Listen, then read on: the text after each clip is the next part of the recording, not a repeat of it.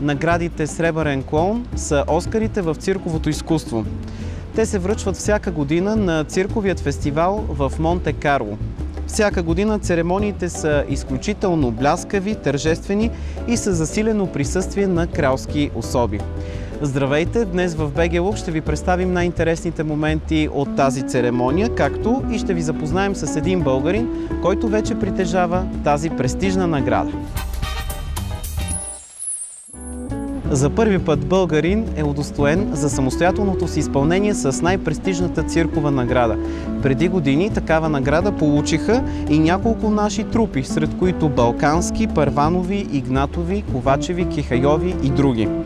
Вижте още за какво ще говорим в БГ Лукс днес. Какъв е пътят на успеха от град Ямбол до световните циркови арени? Как се балансира между професионалната кариера и личния живот?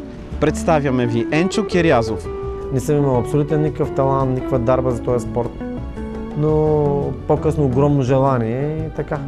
Световната арена Монте Карло. Вижте най-шеметните изпълнители в световния цирк.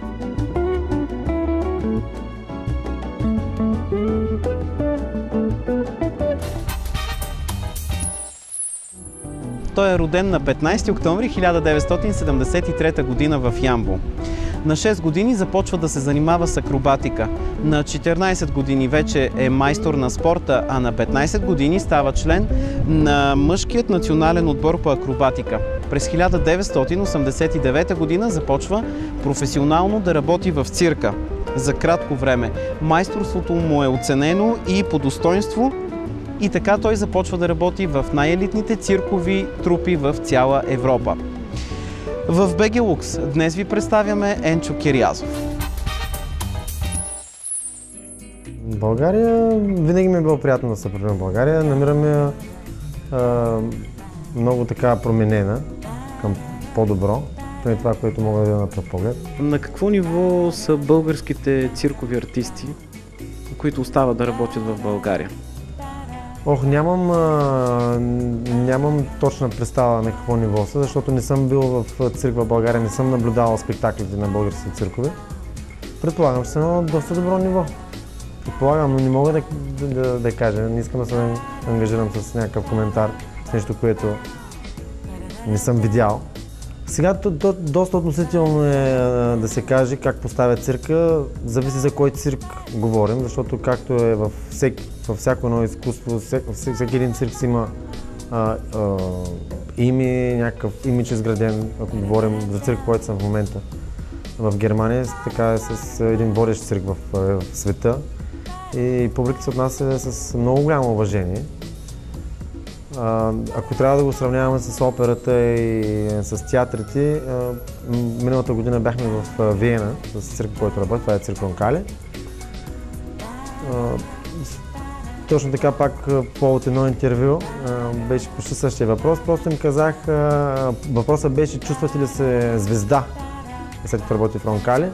И точно тогава им казах, че до момента, в който Ронкале не беше във Виена и аз не отидах на опера, Виенската опера, не съм се чувствал звезда, но след като видях, бях във Виенската опера и работя в Виена с Ронкале, имам основание да се гордея, че съм цирков артист.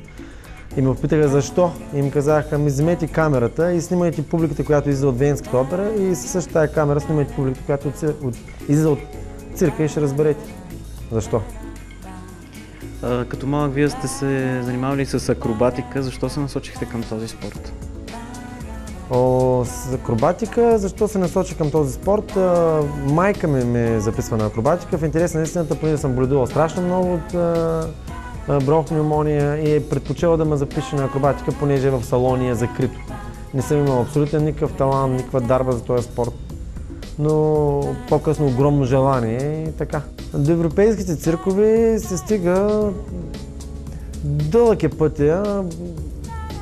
Имаш видеоматериали, които се изпращат на собственици на циркове и така. Те преценяват, договарят договорите, договорни отношения и така. Поддържате ли връзка с други български циркови артисти, които работят в чужди циркове? Да, поддържам връзка, макар че не се много, или поне аз не се срещам с тях, понеже няма толкова много както на времето. Значи аз съм започнал с трупа Роман и Жокей преди 15 години, 20 имаше изключително много номера български, които работиха в Европа. Сега в момента положението е малко по-различно. Много по-малко са номерата българските, които работят, но поддържам връзка с някои номера. Имаме номера, които работят по големите туристически кораби, имаме номера, които работят в паркове за забавление в Германия, имаме в музикален театър в Франция, момиче, която е прима балерина там. Така че имаме все още си имаме номера и представители, не сме загубили тотално позиции. Интервюто с Енчо Кирязов ще продължим след малко. Преди това ще ви напомня, че той е единственият българин, който има индивидуалната най-престижна циркова награда. Както и наградата на публиката на най-престижния световен фестивал за цирково изкуство в Монте Карло. Наградата му беше връчена лично от принцеса Стефани, която е председател на престижния цирков фестивал. Всяка година амбициите на организаторите са да предложат на посетителите в Монте Карло незабравими преживявания под цирковия купол. Вижте най-интересните циркови изпълнения.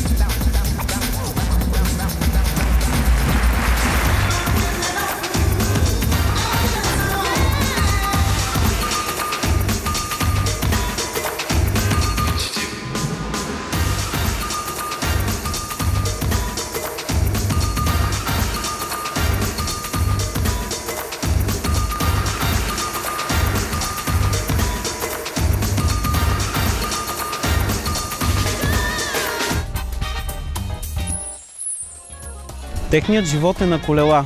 Имат камион, каравана и автомобил.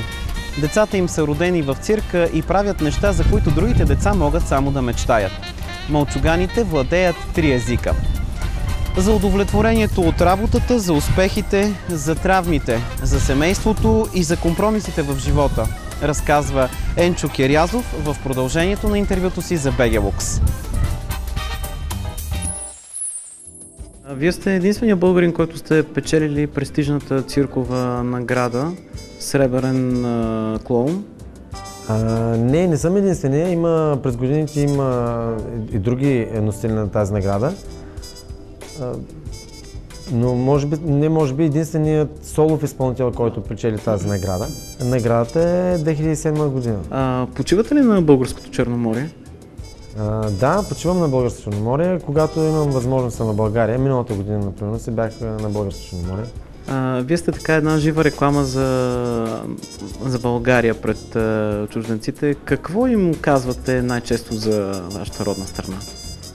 Казвам им най-често, ако говорим специално за нашето Черноморие, че трябва да дойдат и да го видят и абсолютно по нищо не отстъпваме на другите курорти. В момента съм намирам в Италия, вчера пристигнах в Италия, в град Пескара, който е на морето. Сега пътувам също за там. Абсолютно по нищо не отстъпваме дори на италианските курорти. Просто хората са изградили такъв имидж и реклама, която едва ли не Италия се остава една супер луксозна дестинация, което нашите курорти абсолютно по нищо не отстъпват на тяхните, поне според мен. Тук може би някой ще каже да, но в Италия обслужването или пък не знам си какво. Лично мое мнение е, че абсолютно по нищо не отстъпваме на тяхните курорти. Толкова дълго време сте вече в този бранш. Как поддържате формата си? Сигурно имате нещо, което постоянно правите, за да сте във форма, за да изпълнявате правилно вашите номера. Формата се поддържа с хранителни диети, с много тренировки. Нямам някакви супер секрети, които да използвам. И това е. Това са тренировки, диети, изцяло отдаден на професията си. Не само аз, и много хора, които стоят и зад гърба ми за цялата работа.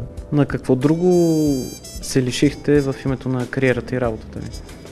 Лиших се от много неща. Лишавал съм се от това да се бъда с родителите, лишавам се от това да имам повече време за моите деца. Лишавал съм се много пъти от дори коледи, нови години, рождени дни, такива празници, които съм работил. И няма как да се позволя, нали, да се отпразнува това нещо, защото на следващия ден имаме представление. Лишенията са доста. Кои са най-известните личности, които са ви ръкопляскали на ваши изпълнения и с които се познавате? Известни личности, като споменахме фестивал Монте Карло, това е принц Алберт, принцеса Стефани, работил съм пред Ангела Меркел. Ако говорим за спортни известни личности, Франк Либери, Подолски, Клозе, също Оливър Кан, който беше бивш доста голям звезда в Германия, бившият вратар на националния отбор на германците. Смятате ли, че вашите двама синове ще последват творческия ви път? Надявам се. Бих бил много радостен и щастлив, ако поемат щафетата и продължат. Често ли идват в цирка? Децата са ми постоянно в цирка. Пътуваме заедно. Много малко е било времето, когато не сме били заедно. Това беше подготовката на фестивала Монте Карло и участието, понеже беше огромно напрежение и смяна на все пак хотели, до късно репетиции. Сина ми малкият тогава беше само на 4 години. Но по принцип винаги са с нас, винаги са при нас. Смятате ли, че трябва да се установите на едно единствено място и да отворите примерно собствена школа за подготовка на нови артисти? Това ми е като някакъв мечта, проект за в бъдеще. Може би ще дойде този момент, когато ще се установява на едно място и ще направя нещо подобно. Имам желанието. И се надявам да има много млади хора, които да имат желание да се занимават с това. Дори да не е професионално, просто чисто и просто и за здраве, за удоволствие.